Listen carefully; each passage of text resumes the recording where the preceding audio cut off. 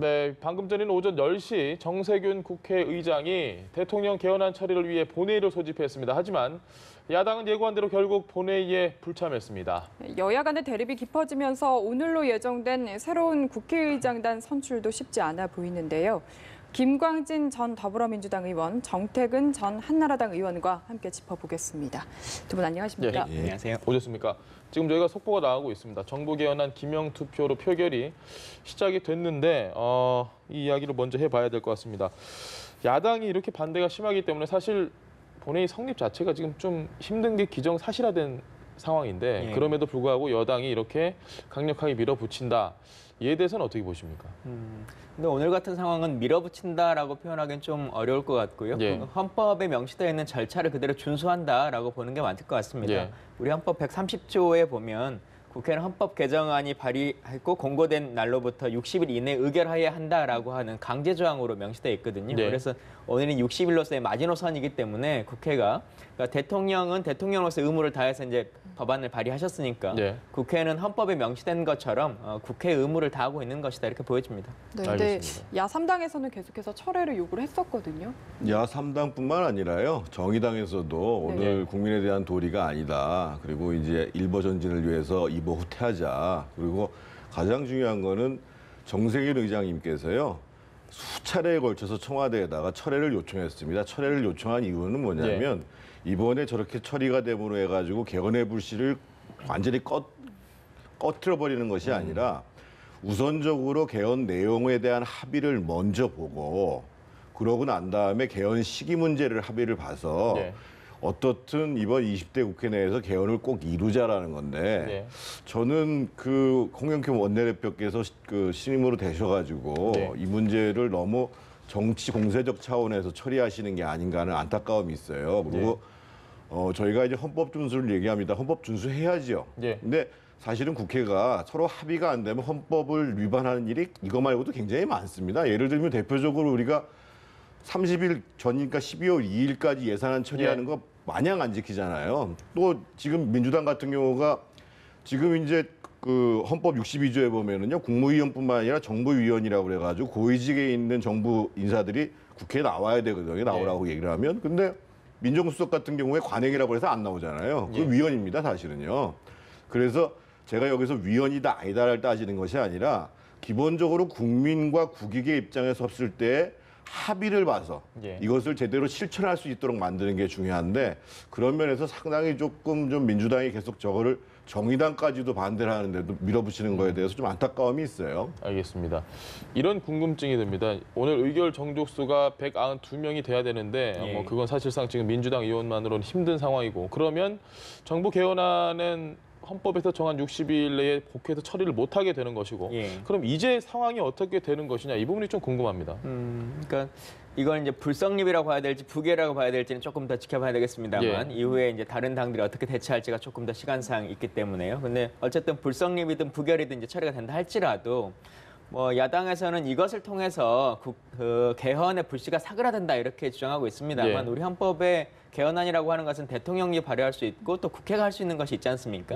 일반 법률이라고 하면 회기내에 법안을 발의해서 만약에 부결될 경우에 다시 발의하기가 좀 어렵기 때문에 불씨가 사그라든다라고 하는 말이 맞겠습니다만 지금 같은 경우는 대통령이 발의한 것이 부결된다 손 치더라도 국회가 할 수 있는 권한이 충분히 남아 있습니다. 그리고 지금 야당이 말하는 것처럼 뭐 6월 30일까지 하겠다라고 하는 거지 않습니까? 그러면 또 그것과 관련한 추가적인 논의를 하면 되는 것인데 일단은 현재 헌법에 나와 있는 것처럼 지금의 상황에서 국회 입장은 어떤 것인가라고 하는 걸 명확하게 할 필요성이 있다라고 보여집니다.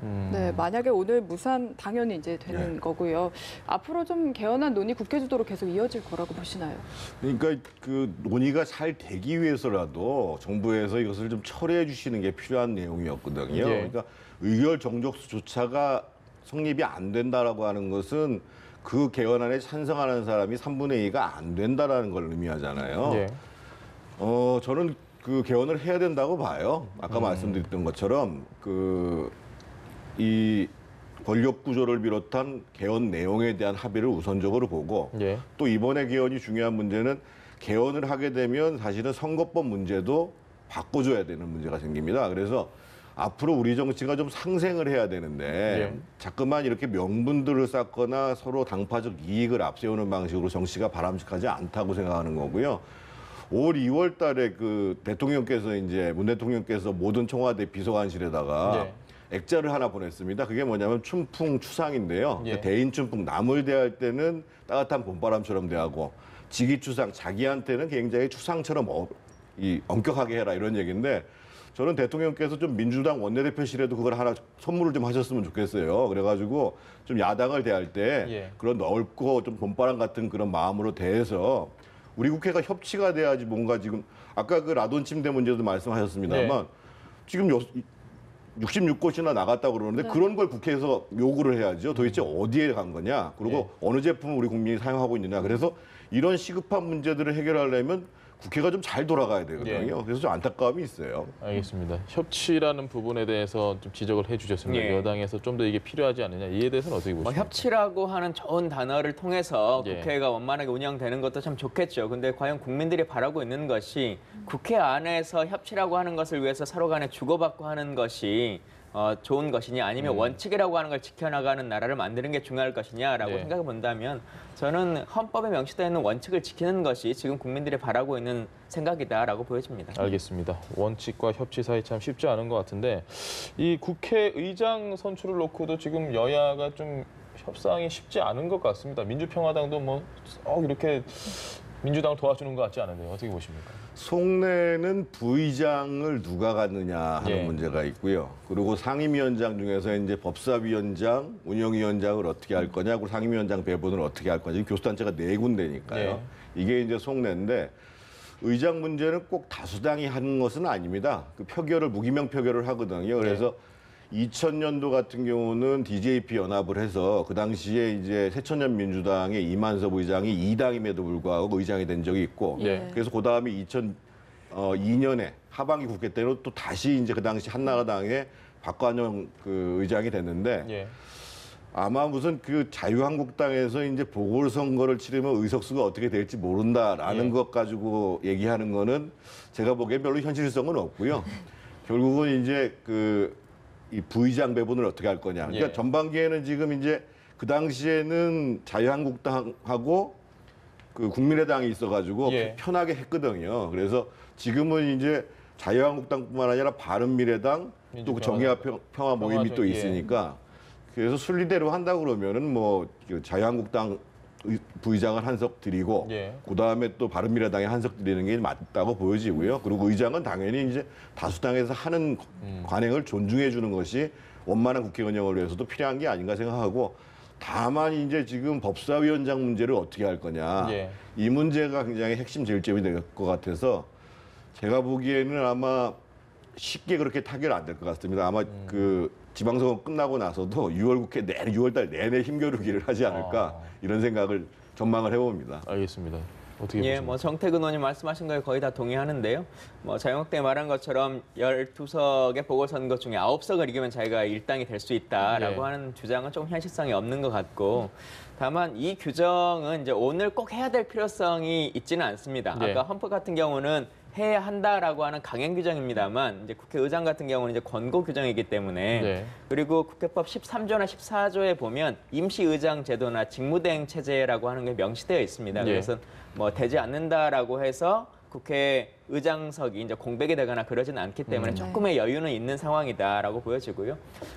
또 국회 초반만 해도 이번 20대 국회가 열어질 때는 자유한국당이 여당이었지 않습니까? 그러다 보니까 뭐 다양한 그 상임위 배분과 관련해서 법사위도 그렇고 뭐 운영이 그냥 국방위, 뭐 정보 이제 이런 것들과 관련한 논의들이 있었는데 이제 야당이 또 됐기 때문에 각각의 상임위들을 어떻게 배분할 것인가라고 하는 논의가 필요할 것 같고 가장 중요한 이제 관점은 부의장을 어떻게 할 건가라고 하는 게 아직 다른 야당에서 결정되지 않았기 때문에 이건 좀 지켜보면서 결정하면 될 것 같습니다. 알겠습니다. 지금 민주당 같은 경우에는 벌써 국회의원 후보로 문희상 의원을 뽑아놓은 상태잖아요. 이걸 가지고 민주평화당이 사실 좀 오만하다 이렇게 이야기를 했거든요. 이거에 대한 좀 답변을 해주신다면. 근데 뭐 국회가 공전 중인데 뽑았다라고 하는 말은 조금 그 논리상 비약인 것 같습니다. 언제까지가 이제 국회가 공백이었는가라고 하는 걸 좀 따지기는 쉽지 않겠습니다만 문희상 의장을 선출한 게 16일 날이었고요. 예. 그리고 김성태 원내대표가 단식을 철회해서 국회가 그래도 논의가 시작되는 게 11일 날이었기 때문에 이미 국회는 돌아가고 있는 중이었다라고 하는 것으로 보여지고, 다만 이제 민평당 입장에서는 국회 부의장에 대한 명확한 좀 입장이 있었으면 좋겠다라고 한 상황일 것 같은데 지금 그렇지 못한 상황 시기이기 때문에 이것에 대해서 좀 요구가 있으신 것 같습니다. 알겠습니다. 지방선거가 이제 한 20일 남았는데요. 지방선거 이야기를 좀 해보겠습니다. 지금 바른미래당에서 송파을 여기가 아주 뜨겁습니다. 아직까지도 여기 후보를 결정을 못했다고 하는데 시청자분들께 좀 여기 상황을 설명을 해주셔야 될 것 같습니다. 저는 좀 이해가 안 되는데요. 지금 이제 3일에 걸쳐서 경선을 해가지고 박정진 후보가 여론조사에서 1등을 해가지고 이제 의결하는 절차를 남겨놓고 있는데, 예를 들면 안철수 대표를 중심으로 하시는 분들은 그러니까 서울시장 선거가 어렵잖아요. 그러니까는 송파에서라도 혹시 승리를 하게 되면 그러면 이제 그 명분이 쓴다라는 생각으로 손학규 전 지사를 계속 이제 나오시도록 얘기를 하고 있고, 손학규 지사는 또 안 나가시겠다고 얘기를 하면서도 마치 깔아놓으신 말씀은 당에서 꼭 요청을 하는 모양새를 갖춰주면 나갈 수도 있다. 이런 말씀을 하시는 건데요. 그래서 지금 안철수 후보는 사실은 지금 서울시장 선거가 어려워서 당내 화합이 굉장히 중요한데 이 문제를 가지고 이렇게 논란을 벌이는 것이 사실 제가 보기에는 잘 이해가 안 되고, 2011년도에 손학규 지사가 분당 선거에서 그 당시 한나라당의 강재석 후보를 꺾고 보궐선거에서 이긴 적이 있었습니다. 근데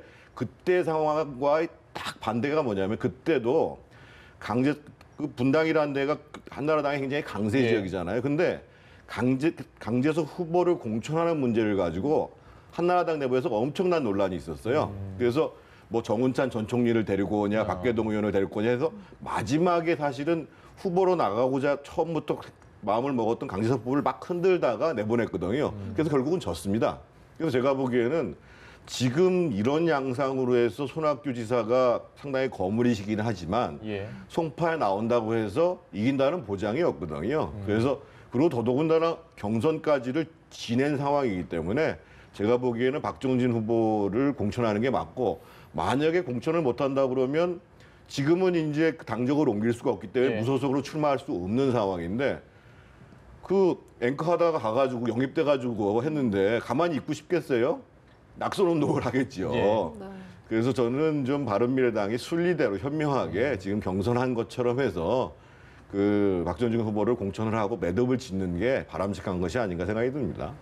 오늘 아침 인터뷰 보니까 박정진 예비후보가 차라리 싫다고 말해라 뭐 이런 식으로 굉장히 강하게 말씀을 하시던데 혹시 의견 어떠신가요?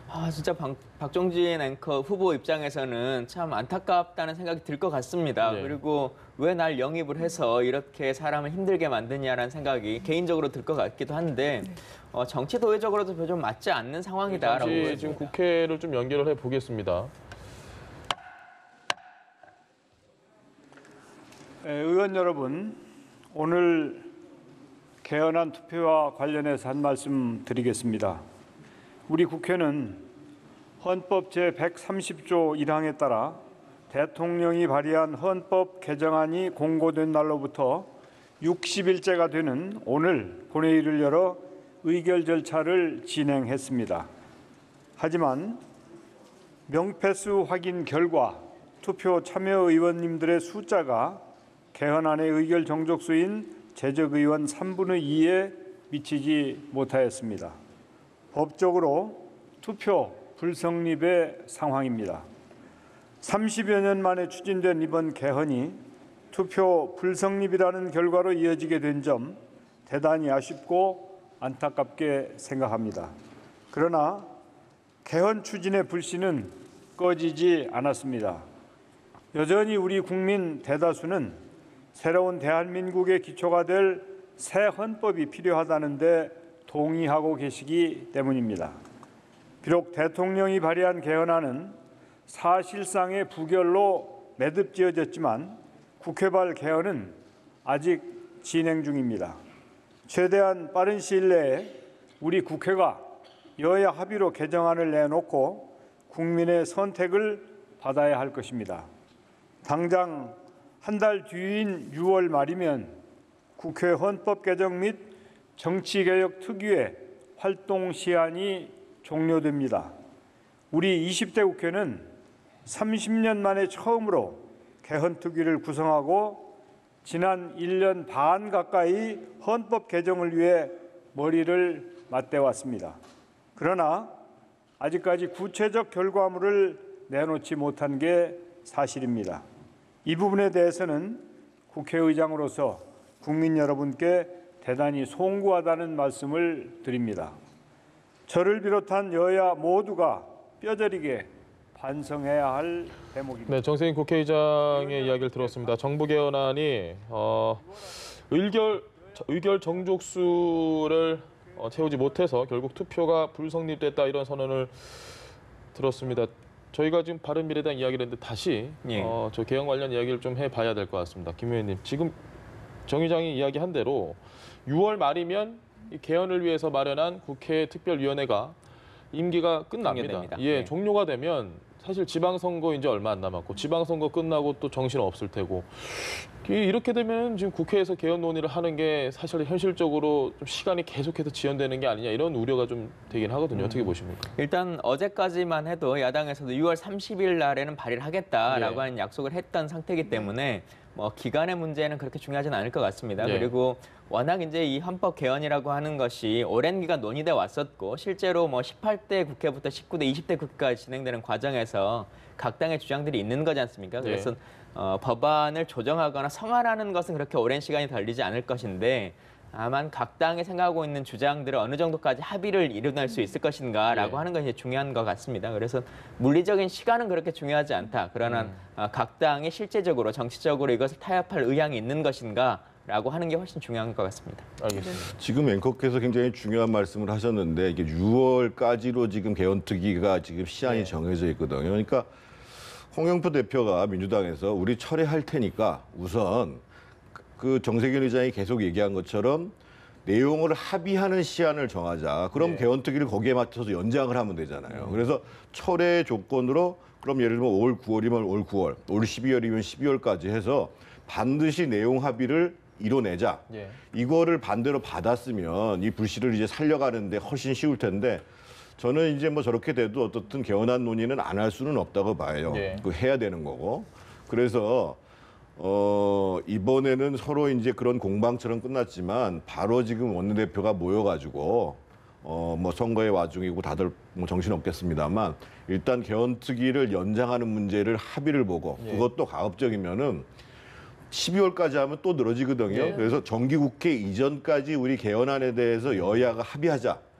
이런 합의들을 좀 만들어내면 국민 여러분들이 좀 기분이 좋지 않을까. 그동안 계속 국회가 죽쓰고 있었는데 그런 바람이 있습니다. 어쨌든 국민들께서 개헌안이 계속해서 국회에서 지금 좀 처리가 안 되는 부분은 국민들께 피해가 간다는 걸 좀 시청자분들이 잘 기억을 해 주셨으면 좋겠습니다. 다시 원래 돌아간 주제를 좀 짚어보도록 하겠습니다. 바른미래당의 송파울 공천 아까 하시던 말씀 계속 좀 이어간다면요. 예, 근데 뭐 예전에 국민의당 같은 경우였다면 안철수 대표가 원하는 대로 소위 뭐 지주로서 1인 지배 체제였으니까 가능했겠습니다만 지금 같은 경우 이제 바른미래당은 안철수라고 하는 개와 또 유승민 개라고 하는 두 개의 개파가 있는 거지 않습니까? 그래서 본인이 원하는 대로 모든 걸 다 처리할 수는 없을 거다라고 보여지고 이미 박종진 앵커가 경선까지 다 치른 상황이기 때문에 이것을 물리기에는 정치적으로도 도의적으로도 맞지 않다라고 보여집니다. 그리고 손학규 대표도 지금 같은 상황에서 예를 들면 아예 좀 뒤에 있는 상태에서 추대를 해왔다면 모르겠습니다만 이미 공개적으로 수차례에 걸쳐서 불출마하겠다라고 하는 선언을 했지 않습니까? 그래서 지금 와서 다시 그 말을 바꾸는 것도 손학규 대표 본인에게도 별로 좋지 않을 것 같다 이렇게 보여집니다. 알겠습니다. 바른미래당 같은 경우에는 사실 안철수계, 유승민계 계속해서 이렇게 갈등을 보여주고 있거든요. 앞으로 좀 어떻게 될지도 궁금한데요. 지금 바른미래당은 뭐 안철수계, 유승민계의 문제가 아니라 합당을 했음에도 불구하고 새로운 중도 보수 정당으로서 국민들한테 자리매김을 못 하고 있는 거거든요. 그러니까 지금 이제 자유한국당이 민주당을 상대하는 대표 야당으로서 계속 이제 그래서 이제 아주 강경한 얘기를 하고 있는데 그러면 바른미래당이 살 길은 무엇인지에 대해서 고민을 하고 그 방안들을 내세워야 되는데 지금 서로 이제 내용 그 얼마 안 되는 지지율을 반점하고 있는 분들 사이에서 그런 논란을 벌이고 있는 것이 예. 제가 보기엔 참 답답하다는 생각이 들고요. 어차피 다음 총선까지는 지금 현대의 그런 4당 체제가 가지는 않거든요. 그러면 이번 지방선거가 끝난 다음에 어떤 방식으로 정기 개편을 해야 되는 것인지 거기를 위해서 우리는 지금 뭘 쌓아나가야 될지 이 공동의 운명으로 생각하는 게 아니라 당내에서 내가 누가 주도권을 더 많이 갖냐 예. 이런 처지를 지금 계속 고민을 하고 있기 때문에 제가 보기에는 상당히 어려움에 지금 처할 거고 저런 자세로는 쉽게 그 어려움을 극복하기가 어려울 것 같습니다. 알겠습니다. 어제 노무현 전 대통령의 추도식이 있었습니다. 예. 일단 뭐 여당의 웬만한 우리 시청자분들이 알만한 분들은 거의 다 가신 것 같고 바른미래당과 한국당에서는 뭐 특별히 참석을 안 한 것 같아요. 일단 예. 어떻게 보였습니까? 그러니까 작년에는 또 대통령이 직접 가셨던 행사이기 때문에 예. 또 많은 분들이 참여하셨던 것 같고요. 지금 이제 좀 그런 면은 없어진 것 같습니다. 그리고 선거 기간이어서 다른 당 입장에서는 다른 선거에 조금 더 바쁜 상황이기 때문에 굳이 참석하지 않겠다라고 한 상황이었던 것 같고요. 뭐 추도식이라고 하는 것의 특성상 예. 본인이 원하는 분들이 오셔서 그 추모의 마음을 담는 게 훨씬 더 좋겠다. 굳이 의무적으로 참석하는 것이 참석자 분들에게도 별로 좋은 모습은 아닐까라고 생각합니다. 알겠습니다. 전직 대통령 추모식이 대규모적으로 벌어지는 분이 이제 4분이 계시거든요. 네. 근데 그 중에서 이제 김영삼 대통령 추도식만 사실은 거의 모든 정당에서 참여를 하고요. 김대중 대통령 추도식은 주로 이제 그 동교동계와 민주당을 중심으로 예. 박정희 전 대통령 같은 경우에는 그 유가족과 과거에 이제 그 공화당을 추종했듯인 분들 이렇게 진행되고 있기 때문에 그 노무현 대통령 추도식 때 야당 쪽에서 안 간 걸 가지고 뭐 좀 마음이 좁은 거냐 뭐 이렇게 얘기할 필요는 없는 것 같고요. 예.